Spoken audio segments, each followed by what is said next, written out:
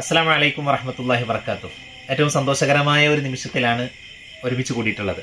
അൽഹംദുലില്ലാ, ഇന്നിവിടെ നമ്മളുടെ മാട്ടിയ റേഞ്ചിലെ 24 പർഗാനാസിലെ മാട്ടിയ റേഞ്ചിലെ ജാംപൂരിലെ മദ്രസയിലുള്ളത് ഹനഫിയ ഹാദിയ മോറൽ സ്കൂളിലാണ് അൽഹംദുലില്ലാ വന്നെത്തിയിട്ടുള്ളത്.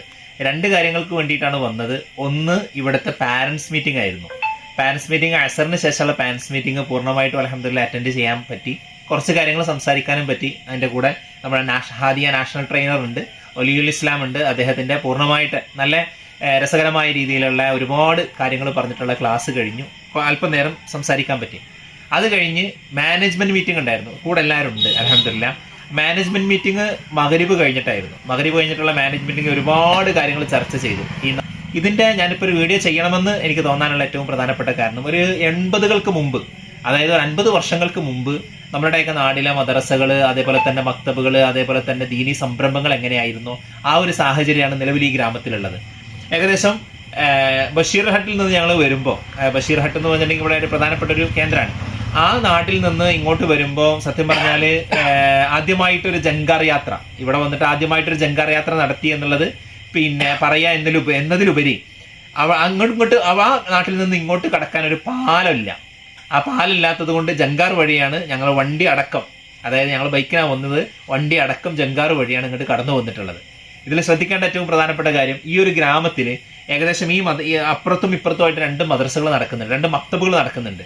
ഒരു മക്തബ അടച്ചു, രണ്ടാമത്തെ മക്തബിലെ കുട്ടികൾ പോലും ഇങ്ങോട്ട് ട്രാൻസ്ഫർ ആയി വരികയാണ്. അത്ര അക്കാഡമിക് കൾച്ചർ അൽഹംദുലില്ലാ ഈ നാട്ടിലെ മക്കൾ, ഈ നാട്ടിലെ മാനേജ്മെന്റ് ആണെങ്കിലും ഉസ്താദുണ്ട്, അവരൊക്കെ കീപ്പ് ചെയ്യുന്നുണ്ടെന്നുള്ളതാണ്. ഇത് നമ്മുടെ RC ആണ്. RC എന്ന് പറഞ്ഞിട്ടുണ്ടെങ്കിൽ മാട്ടിയ റേഞ്ചിലെ റേഞ്ച് കോർഡിനേറ്ററാണ്. ഇവരൊക്കെ സജീവമായിട്ട് ഇതിൻ്റെ കൂടെ ഉള്ളത് കൊണ്ടാണ് മദ്രസ സംവിധാനം ഇത്ര സുലഭമായ രീതിയിൽ നമുക്ക് നടത്തിക്കൊണ്ടുപോകാൻ പറ്റുന്നത്. ഏകദേശം 2023 തുടങ്ങിയ മക്തബാണിത്. 2023 തുടങ്ങി 3 വർഷം പൂർത്തിയാകുമ്പോൾ 3 ബാച്ച് കുട്ടികളുണ്ട്, 3ാം ക്ലാസ്സിലെ കുട്ടികളുണ്ട്. 3ാം ക്ലാസ്സിലെ കുട്ടികൾ വളരെ സുന്ദരമായിട്ട് വിശുദ്ധമായ ഖുർആനെ കാണാതെ, ഇങ്ങനെ അലംതറ കൈഫിന്റെ കീഴ്പോട്ട് ഇങ്ങനെ കാണാതെ ഓതുന്നത് നമ്മളൊന്ന് ആലോചിച്ച് നോക്കിയേ. നമ്മുടെ നാട്ടിലേക്ക് എത്ര സുന്ദരമായിട്ട്, അതിനേക്കാൾ സുന്ദരമായിട്ട് കുട്ടികൾ ഓതുന്നു എന്നുള്ളത് ആശാവഹമായ ഒരുപാട് കാര്യങ്ങളാണ്. അതേപോലെ തന്നെ 3 അധ്യാപകർ, 7 സെന്റ് സ്ഥലമാണ് ഈ ഭൂമികയിൽ ഒരു സഹോദരൻ കൊടുത്തതാണ്.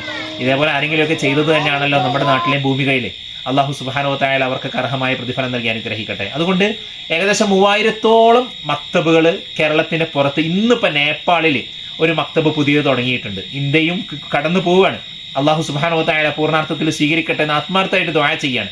അപ്പോൾ അതുകൊണ്ട് ഏകദേശം 3000-ഓളം മക്തബ് കഴിഞ്ഞ റമദാൻ ക്യാമ്പയിനിൽ നിങ്ങൾ ഓർക്കുന്നുണ്ടാകും. 2635 65-ഓളം മക്തബുകളായിരുന്നു നമുക്കുണ്ടായിരുന്നത്. അൽഹംദുലില്ലാ 3000-ഓളം മക്തബുകളായി. അൽഹംദുലില്ലാ വിശാലമായ ഭൂമികയിൽ ഇനിയും ഒരുപാട് സഞ്ചരിക്കാനുണ്ട്. ഈ ഗ്രാമത്തിലേക്ക് വന്നപ്പോൾ പഴയ കാലം, നമ്മളുടെയൊക്കെ ഓർമ്മയില്ലാത്ത ഒരു പഴയ കാലം ഉണ്ടല്ലോ, നമ്മുടെ വല്യപ്പമാരുടെ ഒരു കാലം, ഒരു മദ്രസ പഠനം, ആ പഠനത്തെ പറ്റി ഓർക്കാൻ ഒരു അവസരമായി. ഇതിൻ്റെ സൈഡുകളിൽ ഇങ്ങനെ മറച്ചിരിക്കുന്നത് എന്താണ്, നമ്മളുടെ പിന്നെ മുളകൾ ചീന്തിയിട്ട് അതിൻ്റെ കോലുകൾ ഇങ്ങനെ വെച്ചിരിക്കുകയാണ്. മേലെ നമ്മളുടെ വൈക്കോലാണ്. വൈക്കോലിന്റെ താഴെ ബ്ലാക്ക് ഷീറ്റ് ഉണ്ടല്ലോ, നമ്മളൊക്കെ നാടുകളിൽ പല കാര്യങ്ങൾക്ക് ഉപയോഗിക്കുന്ന സാധനം. ഇത് ഔദ്യോഗികമായിട്ട് ഈ ഷീറ്റ് ഉപയോഗിച്ചിരിക്കുകയാണ്. അതിന്റെ മുകളിൽ പിന്നെ വൈക്കോലിട്ടിട്ട് എന്ത് ചെയ്യാണ്, മേൽക്കൂര ഉണ്ടാക്കിയിരിക്കുകയാണ്. അപ്പൊ ഇത്ര ദയനീയമായി ഇപ്പോഴും ലോകത്ത് ഈ 2025-ലും ലോകത്ത് ഇന്ത്യയില് വിശിഷ്യ ഉൾഗ്രാമങ്ങൾ ഇനിയും പച്ചപിടിക്കാനുണ്ട്. അതിലൊരു ചെറിയൊരു ശ്രമം ഹാദിയ നടത്തിയപ്പോൾ വലിയ മാറ്റങ്ങൾ ഉണ്ടായി. 120 കഴിഞ്ഞ് ഇനിയും കുട്ടികൾ വരാൻ കാത്തിരിക്കുന്നു എന്നാണ് അധ്യാപകർ പറയുന്നത്. അതുകൊണ്ട് ഇത്തരം നാടുകളെ നമ്മൾ സപ്പോർട്ട് ചെയ്യുക, നമ്മൾ ഏറ്റെടുക്കുക. അള്ളാഹു സുബ്ഹാനഹു വ തആല തൗഫീഖ് നൽകട്ടെ. ഇതിനുവേണ്ടി സഹായിക്കുന്നവർ, സഹകരിക്കുന്നവർ അള്ളാഹു സുബ്ഹാനഹു വ തആല അർഹമായ പ്രതിഫലം നൽകട്ടെ. അൽഹംദുലില്ലാ. അസ്സലാമു അലൈക്കും വറഹ്മത്തുള്ളാഹി വബറകാതുഹു.